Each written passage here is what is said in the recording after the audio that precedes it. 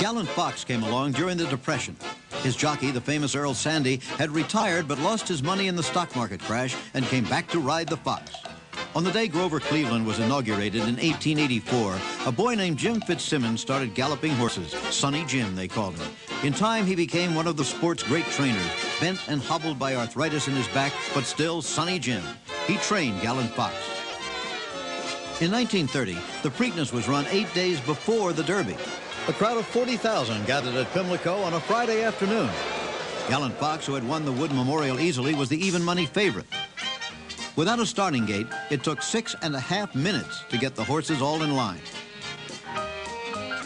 The Fox had a disturbing habit of letting the other horses leave the gate, then chasing them, and so he did briefly in the Preakness. But Sandy got after him.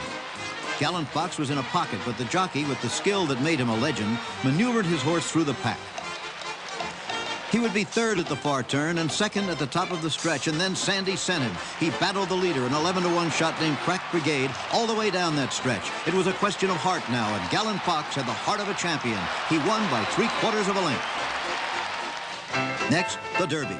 60,000 turned out in a driving rain to watch the Fox face 14 challengers. That's Lord Derby on the left, with Colonel Matt Wynn, the great promoter who brought the Derby to its status as a national occasion.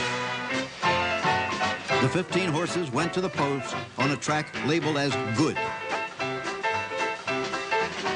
Once again, Gallant Fox showed his tendency to get into trouble at the start. Unlike Sir Barton, he loved to have other horses around him. Wouldn't even work out unless 2 or 3 other horses went with him. Sandy knew this and again suffered through the early traffic patiently. Alcibiades was the leader, followed by Buckeye Poet.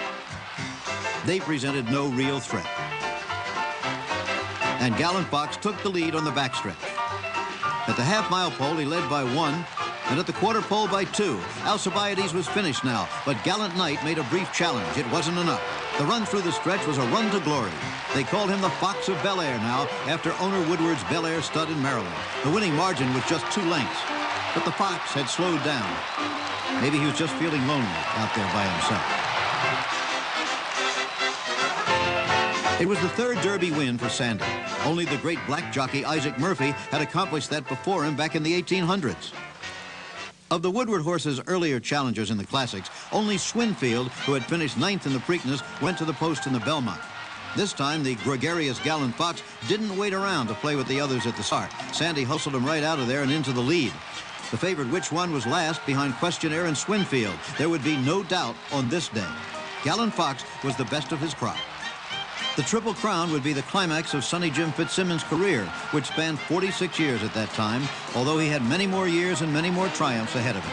For owner Woodward, it was the ultimate satisfaction. He cared very little about 2-year-old racing and had his horses pointed for the Classics. Now he had the Triple Crown.